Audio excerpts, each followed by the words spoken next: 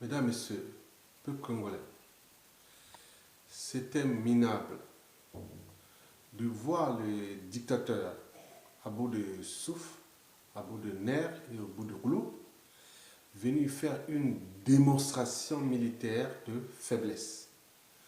Je peux appeler plutôt de démonstration sécuritaire de faiblesse. Parce que, vous voyez, tout cet arsenal de sécuritaire, on se dirait que bon, ben, il est entouré de tout autour de lui ou devant lui, il y a des gens hyper armés en face à lui. C'est les raisons pour lesquelles il s'est armé aussi comme ça, rien du tout. Le peuple a acquis sa dignité et sa liberté. Et voilà. Donc pourquoi tout cet arsenal sécuritaire pour protéger un dictateur liberticide, antidémocratique, antisocial et criminogène? Mesdames, Messieurs, bon, je voulais seulement dire à ces militaires, ces gars, je ne sais pas s'ils sont des étrangers, si c'est des Congolais, c'est malheureux et minable pour vous.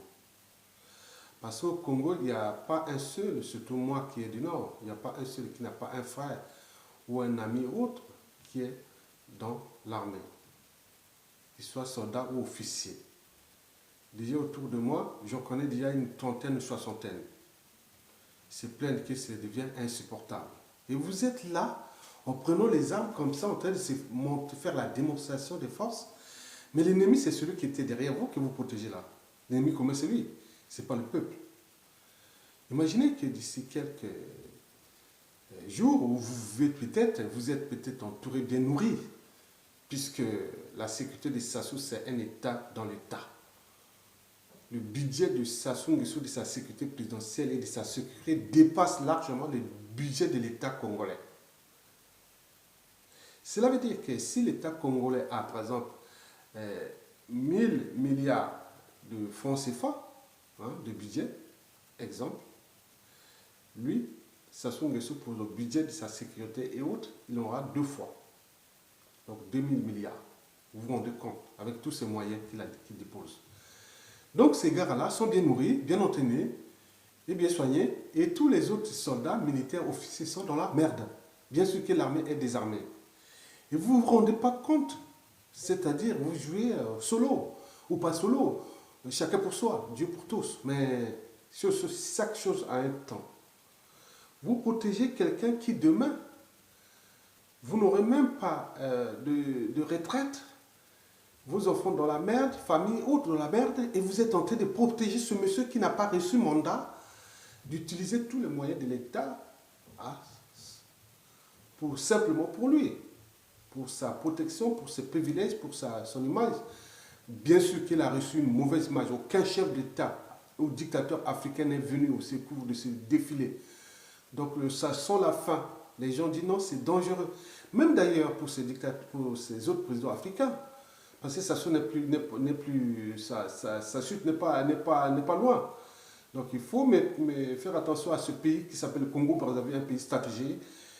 Donc si Sassou Nguesso tombe dans quelques mois, quelques jours, il sera aux mains des hommes responsables. Et vous vous rendrez compte de l'importance de ce pays au sein même de l'Union africaine, que vous l'avez abandonné pour soutenir ou entretenir un monstre qui est en train de déclasser, déshumaniser et même humilier toute une race en tenant compte des suprématistes blancs. France Afrique qui sont là en col blanc qui viennent entretenir ce régime. Mesdames, Messieurs, bon, parlons maintenant du coût. Mais quand on parle on pense d'abord au niveau du dispositif sécuritaire. Vous voyez ces véhicules-là qu'il avait là. Il y avait des systèmes de détection anti-missiles. Donc on dit, un était placé devant et l'autre derrière. Donc on dit, d'après les experts, ça doit coûter 5 millions d'euros par unité. Donc il y en avait 2. Donc un placé devant qui était en vert et l'autre en rouge, tous les petits ronds là. Donc c'est des systèmes de détection qui permettent de voir dans la ville et ses environs. Donc on a 5 millions x 2, 10 millions. Donc il faut ajouter plus tout ce qui concerne la maintenance de ces matériels-là, de ces dispositifs de sécurité qu'il avait à lui. Donc on peut arriver à 15 millions d'euros. Mais si on ajoute à cela la logistique au niveau du matériel roulant, plus de tous les systèmes de détection, de communication, les hommes, tous les invités et tout ça, bon, on peut arriver là, avec le coût là, on peut ajouter à ces 15 millions d'euros, 20 millions d'euros. Donc on est dit à 35 millions d'euros.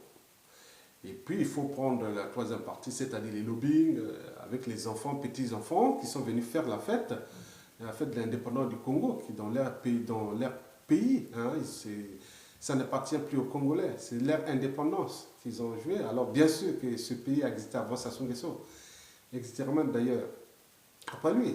Le risque c'est pour eux, parce que le peuple a toujours le dernier mot et les derniers jugements. On regarde cette grande cour de récré kleptomanique et aussi politico-criminelle.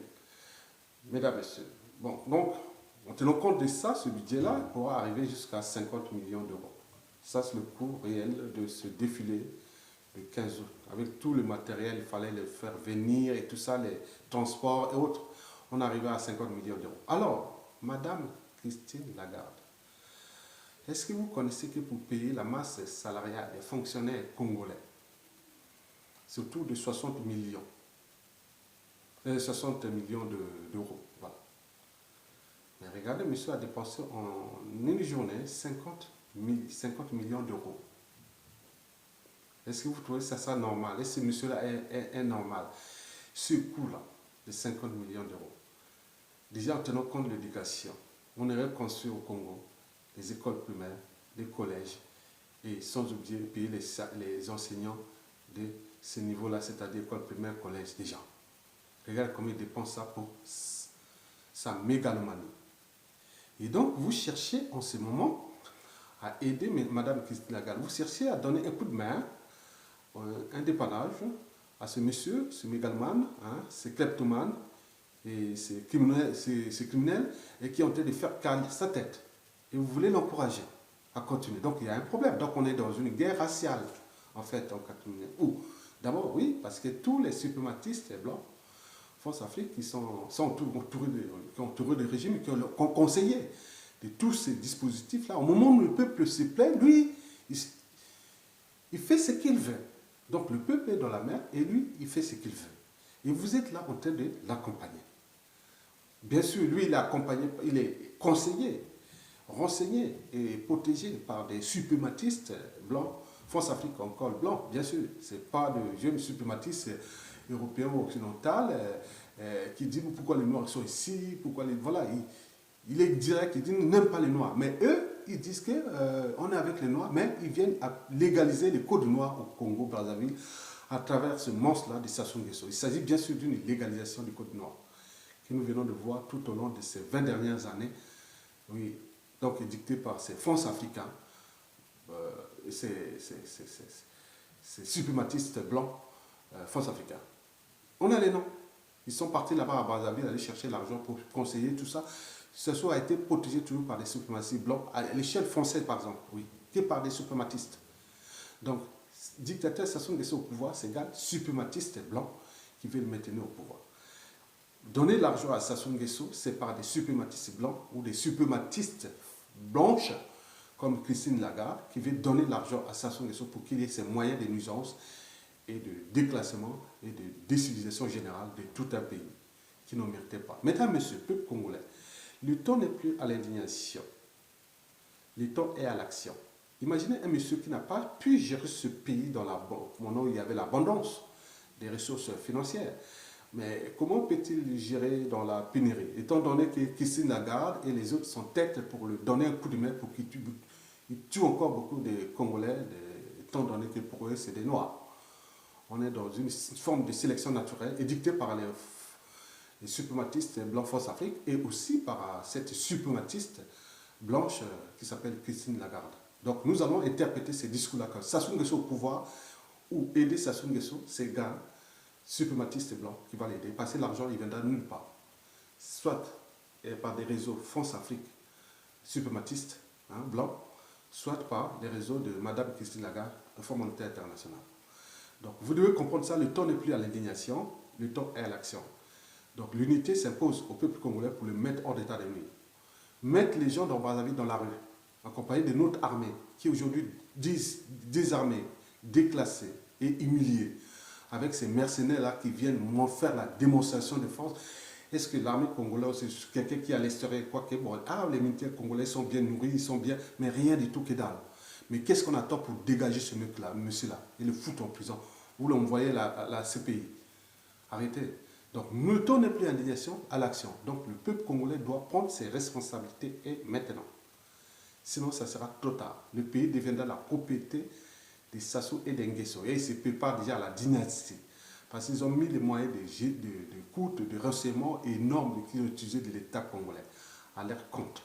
Il faut utiliser tout ce processus-là, des méfiances et des défiances entre Congolais, entre militaires.